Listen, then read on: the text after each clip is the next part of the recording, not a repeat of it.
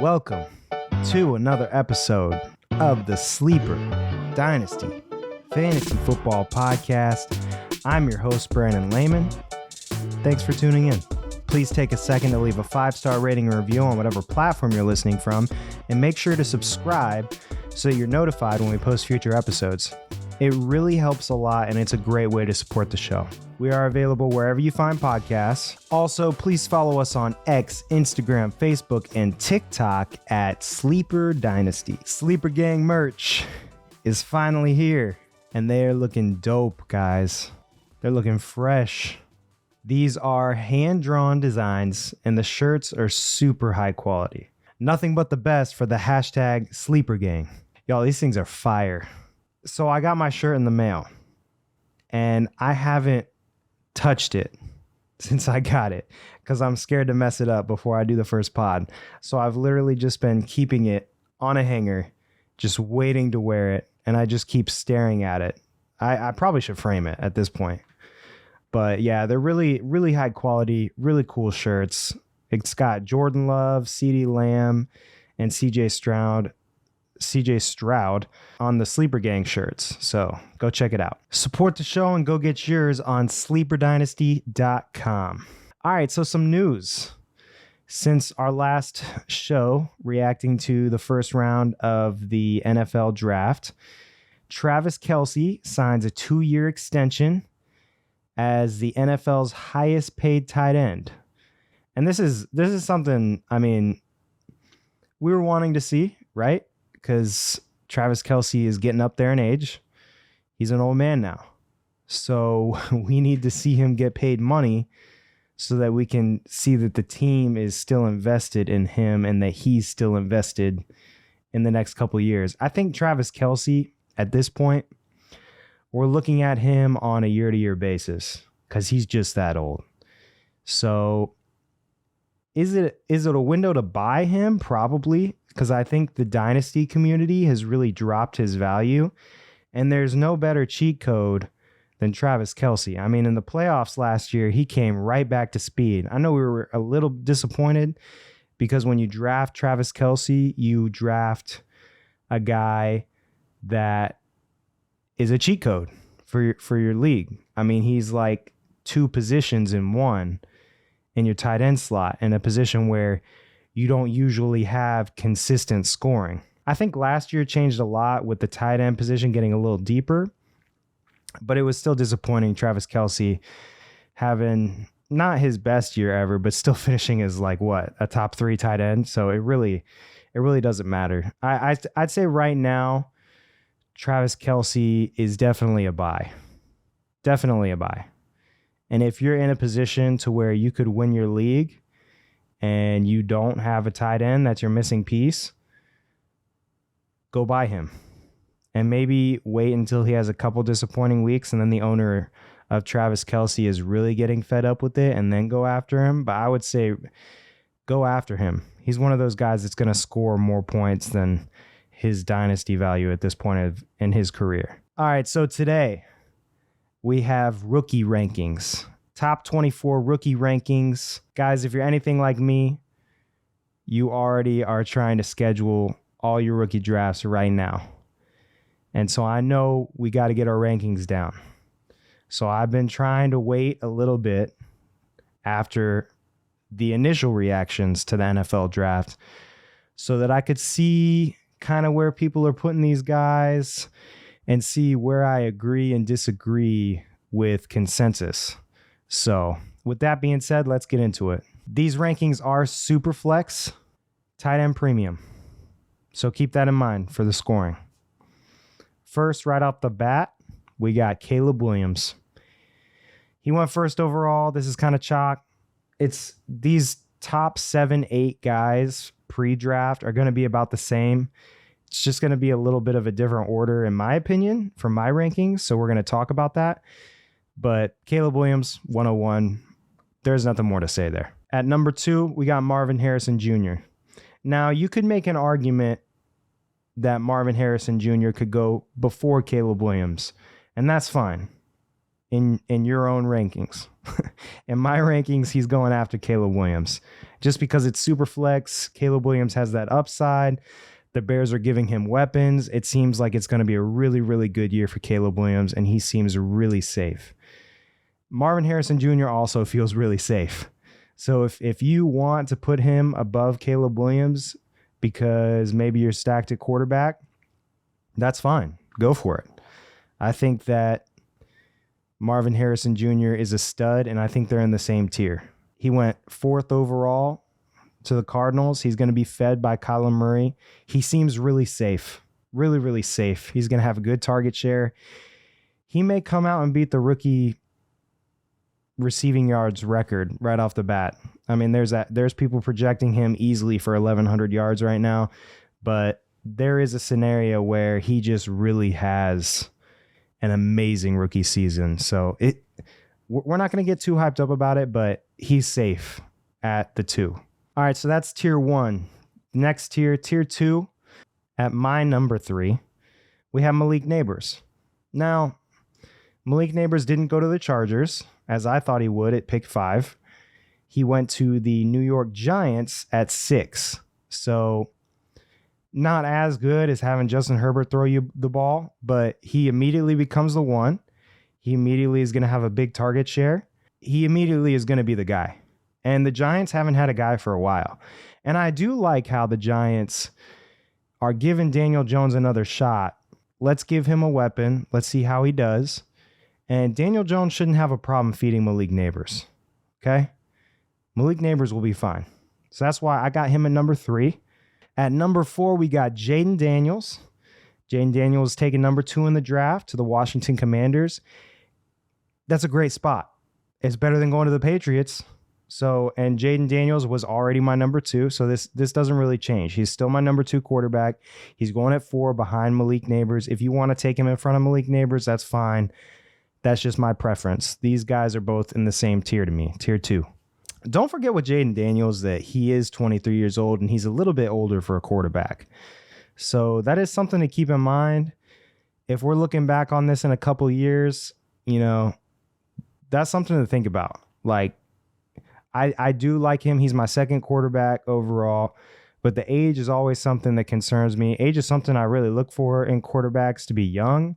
Age shows that a quarterback is ahead of schedule with other quarterbacks in it, and younger quarterbacks are usually more successful in the NFL.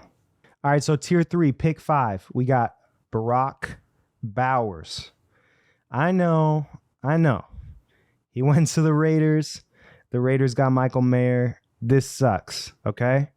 It sucks. It's not ideal. It's not the ideal landing spot for Brock Bowers. But Brock Bowers is fine, okay? And if you're going to fade Brock Bowers, just remember, as a prospect, he's going 13th overall. The only guy really in the past 5 years that's gone over him is Kyle Pitts. And Kyle Pitts was a generational prospect, right? This is the highest a tight end has gone since then. So let's not be so upset that he didn't go to the Jets in the top 10 picks. And let's just look at the fact that the man went top 15 in the NFL draft. The Raiders don't really have a running back. They got Zamir White, Dylan Laube. They don't really have anybody else there. So don't get me wrong. I think Zamir White is going to take a lot of the rushing game. But that being said, Brock Bowers is going to be a weapon. Okay? And if they're smart, he's going to take some time getting used to the NFL. But if they're smart, they're going to use him like the weapon that Georgia used him in college. So with that being said, he is a weapon and he should be used like it. He's not just a standard tight end. Like, you can give him screens, you can give him reverse plays, you can get really creative if you're the offensive coordinator for the Raiders. So I think he's going to be fine, and he's such a good prospect.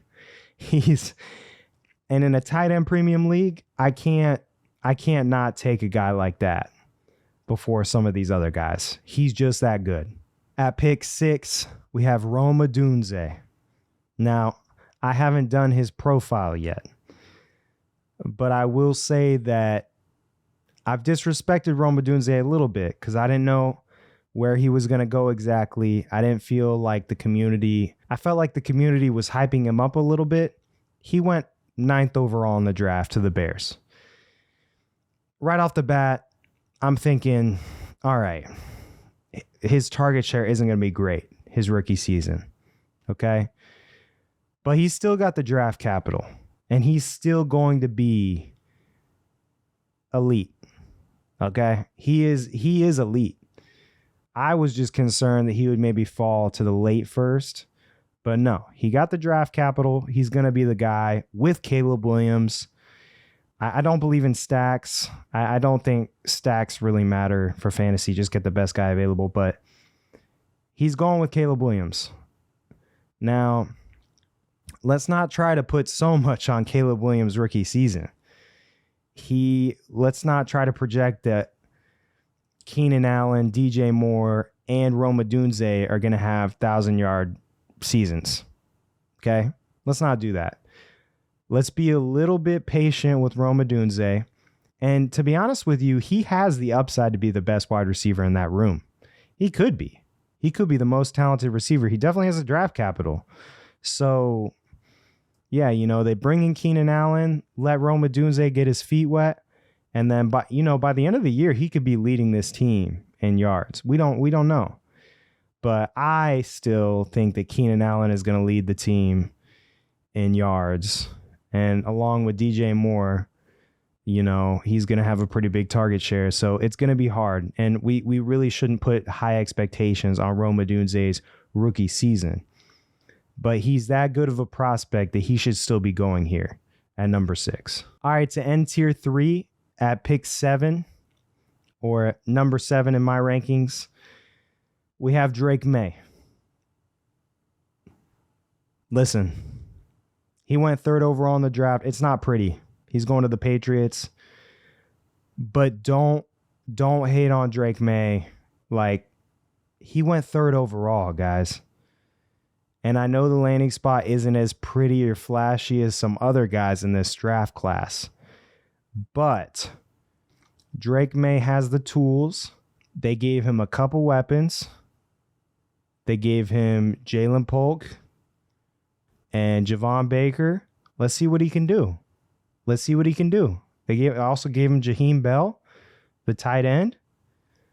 So they're giving him a little bit of weapons. I still don't think it's a great situation, but Drake May, man, he's a great prospect, and he's a younger guy. Like, you got a lot of these quarterbacks in this draft class that are, like, older. Jaden Daniels, Michael Penix, Bo Nix, ancient. Drake May, he's got the weapons, man. He's got the tools. And don't forget about his rushing ability. Man, don't forget about that. Because for fantasy, that's huge.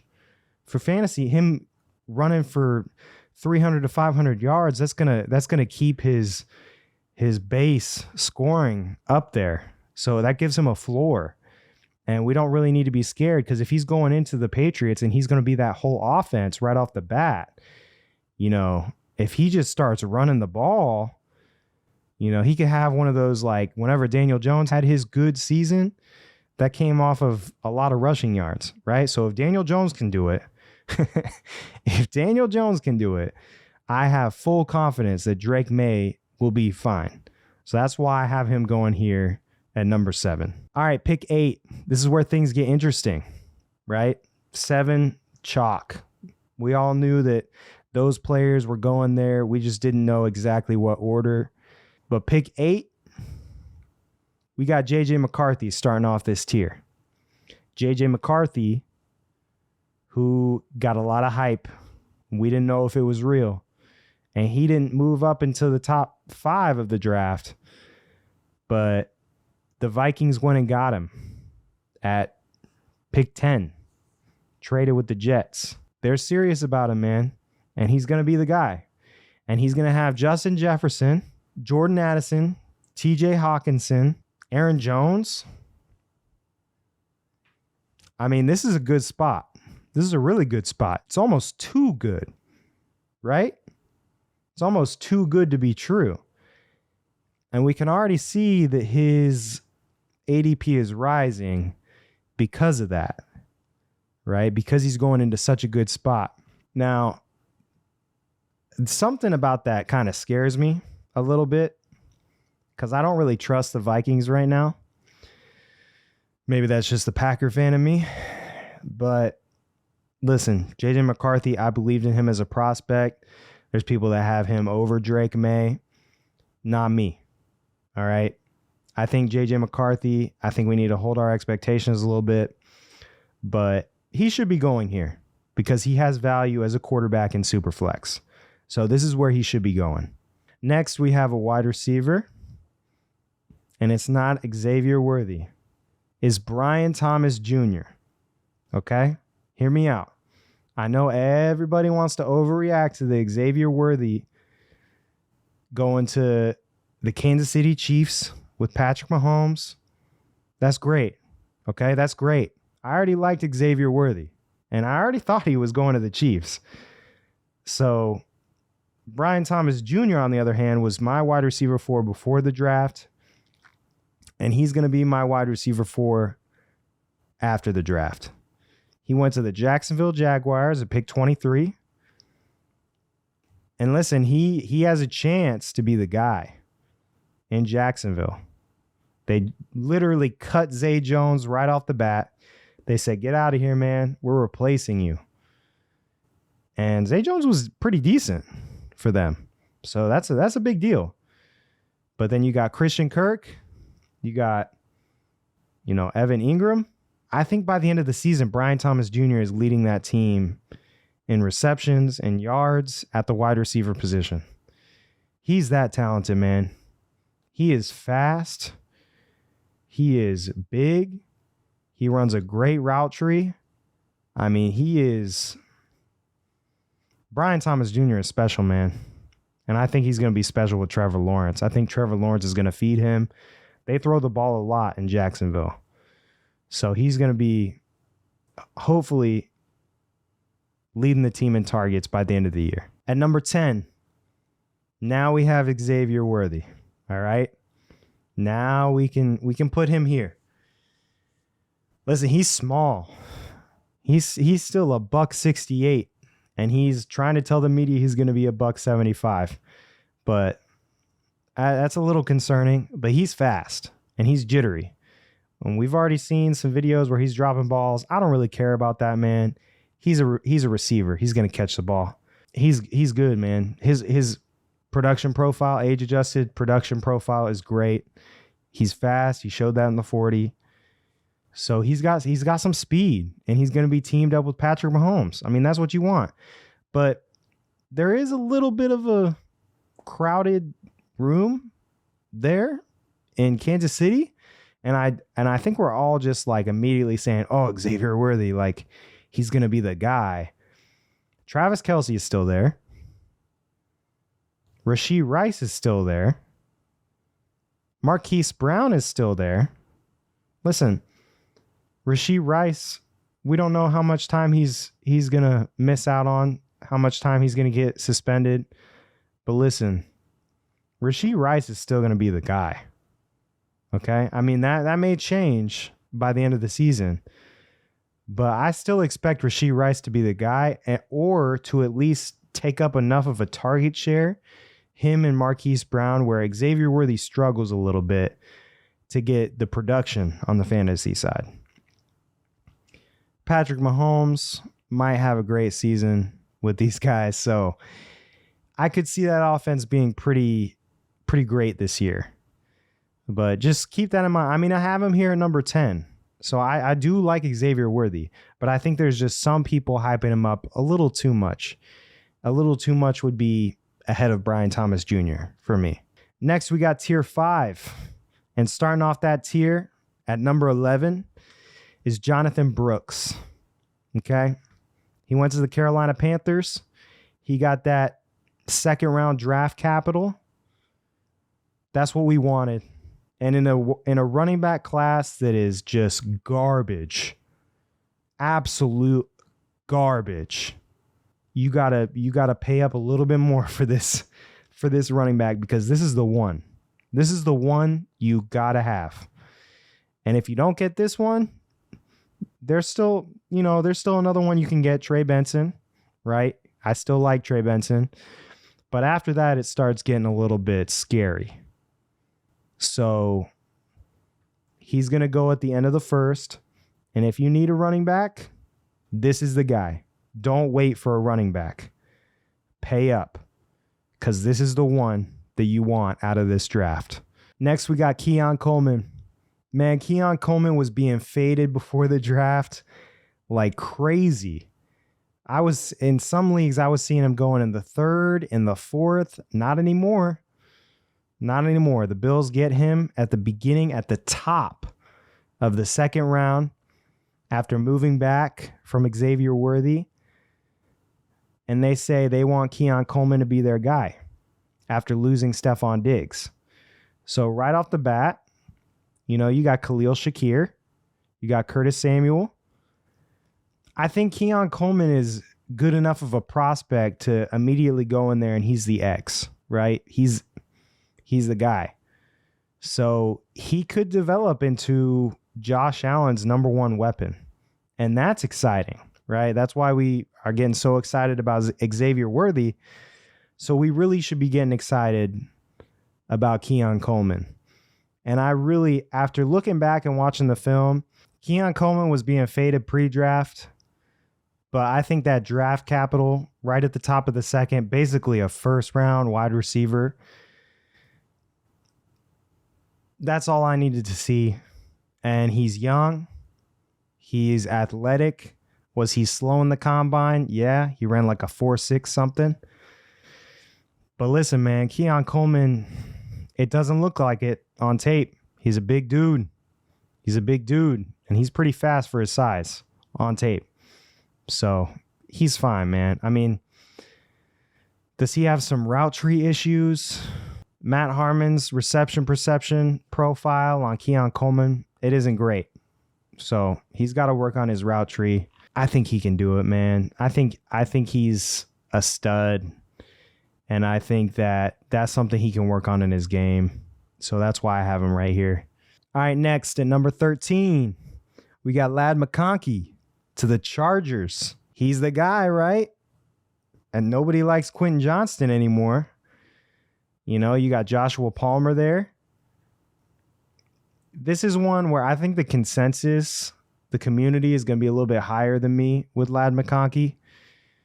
But you gotta see it for what it is, right? There are a lot of vacated targets in LA.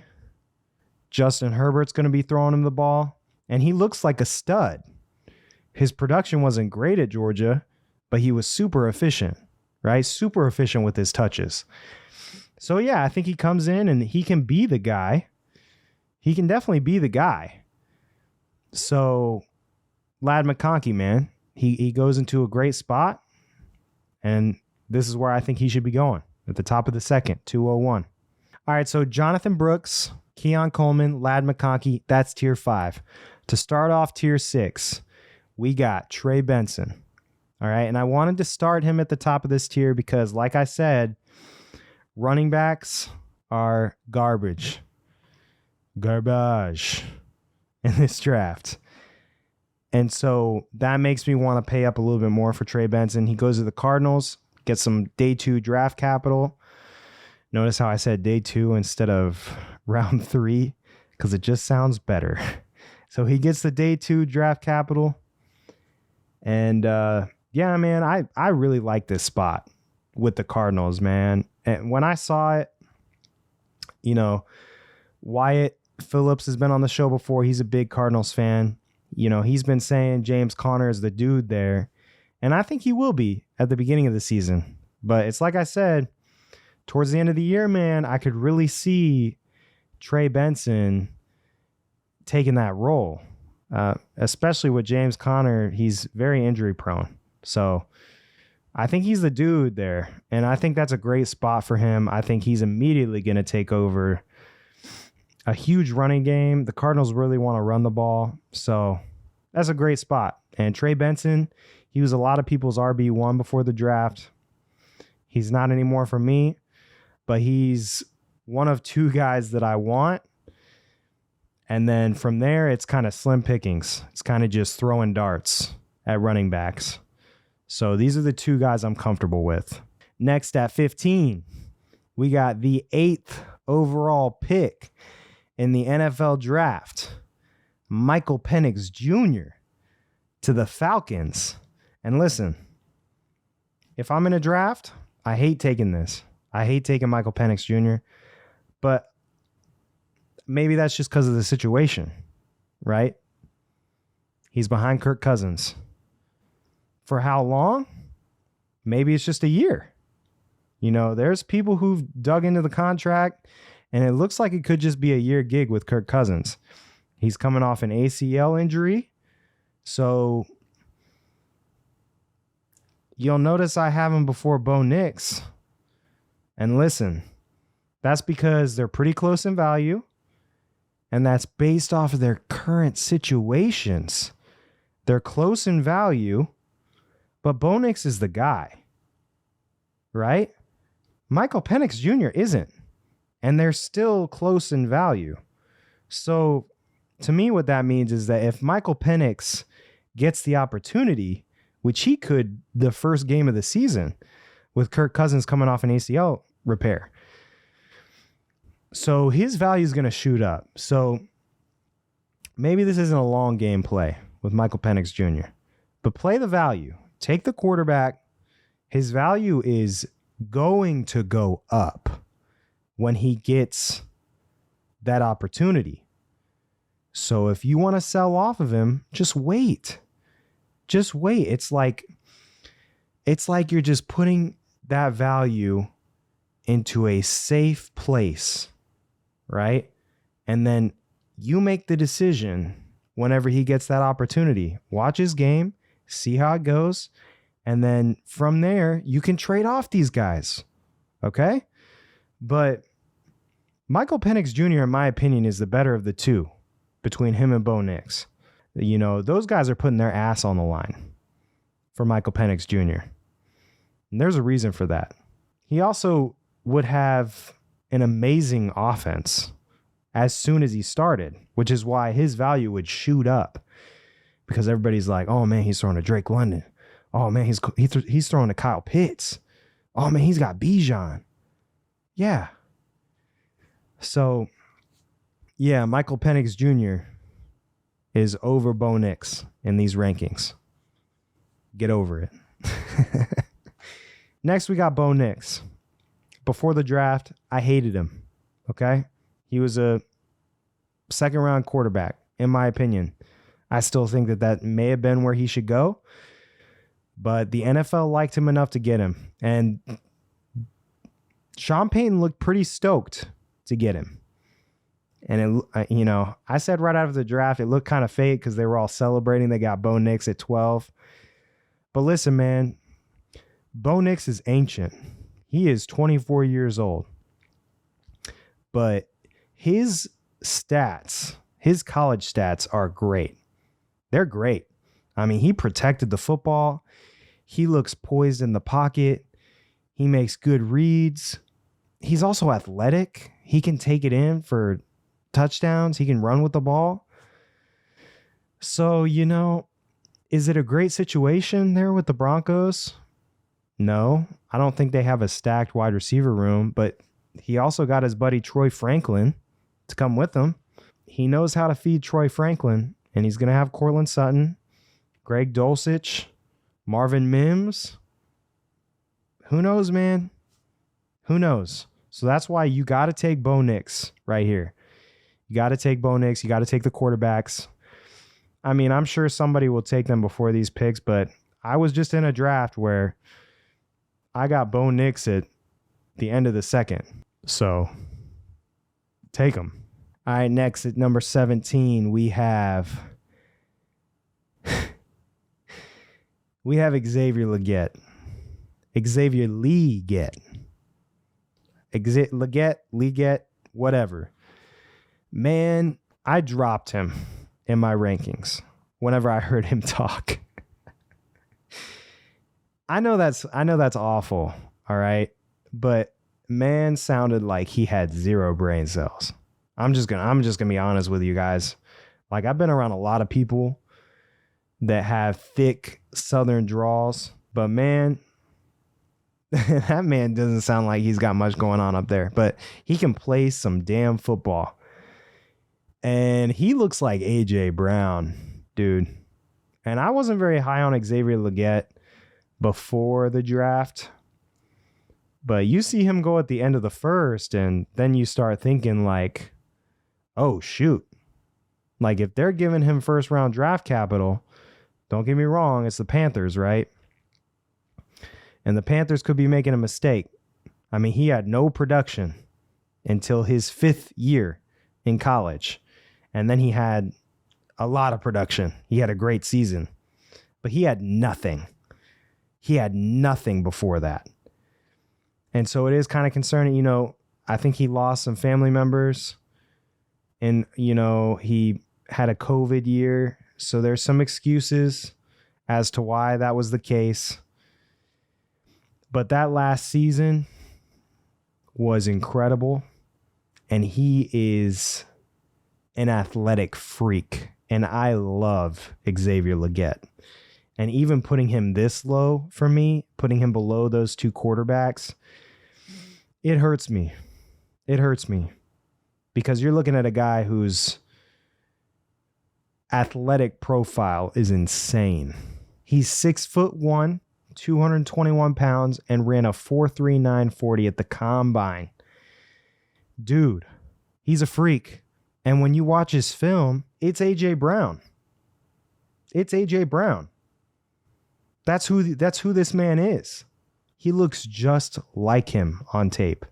And you know how everybody was all hyped up about Traylon Burks a couple years ago? No. Everybody was making the comparisons. No. This guy looks like A.J. Brown on tape.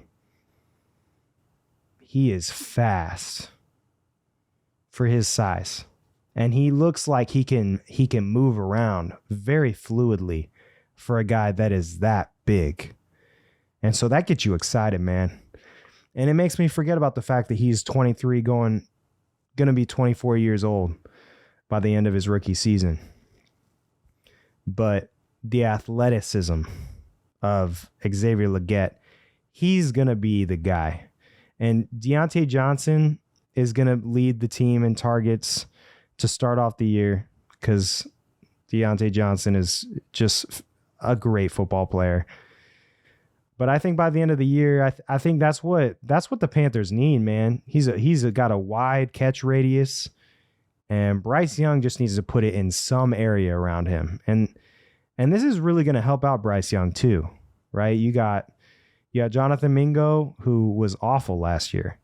Awful. So give him Xavier Legette, Deontay Johnson, and we'll see who the one is. And I got a feeling it might be Xavier Legette. So we're talking his rookie season, he could have 700, 800 receiving yards right off the bat. And that would be great for Xavier Legette. All right, to round out tier 6, we got Ricky Pearsall at number 18. Ricky Pearsall got the first round draft capital. He's athletic. He's fast. Had a great Senior Bowl. The 49ers like him, dude. They didn't spend a second rounder on this guy. They gave him first round draft capital, and they're doing something with that wide receiver room. And the reason I have him pretty low compared to other people is because Deebo Samuel and Brandon Ayuk are still there. And there's a chance that they stay there. All right. There's a chance they work something out with Brandon Ayuk. I don't think they are, but there's a chance. So his first season is going to be pretty crowded. We're talking 300 receiving yards his rookie year if they're both still there. So it's going to be a little disappointing for Ricky Pearsall, and that's kind of what I'm projecting. But the profile for Ricky Pearsall is why you got to take him here. He's athletic. He's a great route runner. The 49ers got a good one, man. The question is, where does he go if Debo or Brandon Ayuk leave? How high up does he rise? Because then we're talking about a different thing altogether. Because he's super talented, man. And, Brock Purdy is a better quarterback than Bryce Young. So he would immediately shoot up my board. But right now, it's a crowded room. All right, and then tier 7. We got starting right up at the top. At number 19, Adonai Mitchell. People were projecting this man to be a first-round Dynasty rookie draft pick, and he's fallen. He went to the Colts. That's crowded. They got Michael Pittman, Josh Downs, Alec Pierce. It's a crowded room. I think he could end up being the 2, maybe. So that's the only reason why he's so low here. He had a great profile, but obviously the NFL didn't like him as much as we did. Still got that round 2 draft capital. So you like to see that. There's something about AD Mitchell that I'm just not personally excited about. And I don't know what that is. I don't know why I don't like him as much. Going to the Colts doesn't really help that for me. So it's a crowded room. I like Josh Downs. I like Michael Pittman. It's going to be hard for him to get a large target share there. So for me, I'm kind of out on him. That's why I have him this low. Next, we got Jalen Polk. He was getting a lot of hype coming up into the draft. People were saying he's going to be a first-round guy or a high second, and he got the high second draft capital from the Patriots, who really need a guy. And so Jalen Polk, he looks good on film. He's got decent size and immediately goes into a room where they need wide receivers. They drafted Kayshon Boutte last year, and he's been Boutte. So they need a guy. And Jalen Polk immediately steps into a role with Drake May. And let's see what kind of relationship he can make. Both of them are rookies. Maybe they gravitate towards each other. So Jalen Polk, love him. I think people are probably going to be sleeping on Jalen Polk a little bit. He's not fun. He's not a fun prospect. But this is a opportunity for him to get a good amount of targets. At 21, we got Blake Corum. I'm putting him here because I have to. He got day 2 draft capital, but he went to the Rams. And let me tell you something. Kyren Williams is the dude. As someone who had Kyren Williams last year, there's not really any other way to say it.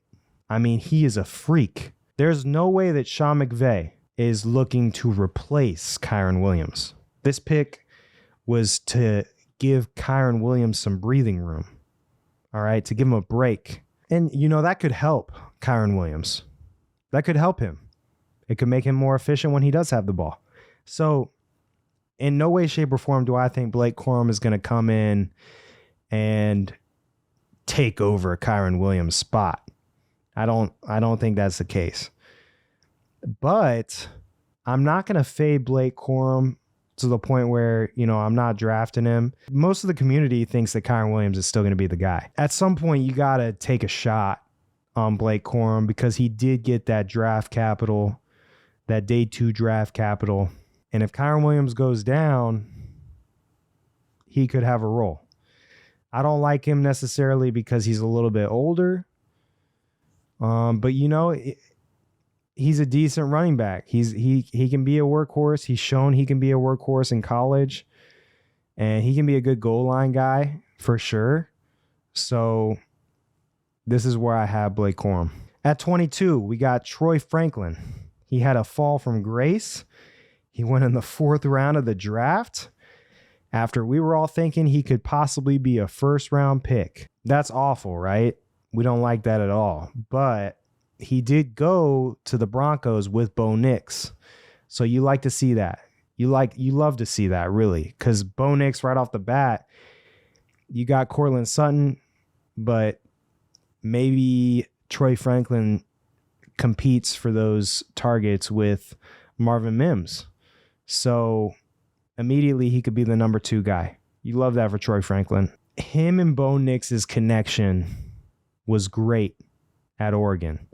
So it really makes you kind of push him up the board. And he's a young guy. He's young, he's tall, he's a little skinny, but he's fast, dude. I mean, he's a great prospect. And if you're looking for a guy later in the draft that could pop off, it's Troy Franklin, man. It's Troy Franklin. And his draft capital is going to push him down the board. But, man, I'd be happy with Troy Franklin on my taxi squad. Let me tell you something. That guy, just go watch his film, man. He looks so good. So that's where I have Troy Franklin. Next, at 23, this is a tight end premium league. So I have Ben Sinnott. He went to the Commanders. All right. He got some pretty decent draft capital too. He won the second round. You never know, man. And I was literally just in a super tight end premium league in the middle of a rookie draft. And so before the draft, obviously, I'm looking for guys. You know, it's Brock Bowers and then a wide gap until the next tight end in this class. But I turned on some Ben Sinnott film, and I was surprised. You know, he's a little smaller, but he's 6'4", 250, so smaller for a tight end, but still a big dude. And the first thing I noticed when watching the film was he looked like he was 6 foot 230, and he ran around like a running back. Great yak ability, shedding tackles, yards after contact is great. He just bounces around out there, dude. And so then after watching him, I was like, oh man, he's like 6 foot 230. And then I went and looked at his profile. It says 6'4", 250. And I was like, huh? I mean, the guy is, for his size, super athletic, did really good at the combine. And that's what you want in a tight end. So you like these athletic guys that can kind of turn into something more. So yeah, Ben Sinnott at 23. If there's a second tight end you want, go up and get him right here. Ben Sinnott, man. He looks great. And to wrap it up, at number 24, Roman Wilson, man. Roman Wilson, he went to the Steelers, drafted in round 3, I believe. I was projecting for him to go in the second round, but the Steelers know what they want at wide receiver, and they're good at drafting wide receiver. The Steelers just got rid of Deontay Johnson. They got George Pickens, Pat Freiermuth. They got Calvin Austin. I think that Roman Wilson is better than Calvin Austin. So I think right off the bat, comes in as a number 2, and he could really be a reception guy. So I love Roman Wilson, man. I really do. And so I'm not going to like push him up my board like crazy because he didn't get the draft capital I'm expecting. So I like him here. And if I'm walking away from my draft with Roman Wilson, I'm happy. Shout out to Roman Wilson, man. He's gonna go off this year. I do think there's an opportunity where he becomes the one over George Pickens, because George Pickens is just one of those like contested catch, go up and get it. Like he has the highlight reel, but I love Roman Wilson, man. Love him. He looks like Amon-Ra to me. That's going to wrap it up for today, guys. Thank you so much for listening. Please remember to leave a 5-star rating and review wherever you listen to podcasts, and make sure to subscribe so that you don't miss out on future episodes. Follow us on X, Instagram, Facebook, and TikTok at Sleeper Dynasty. Also, make sure to check out the Sleeper Gang merch on sleeperdynasty.com. Peace.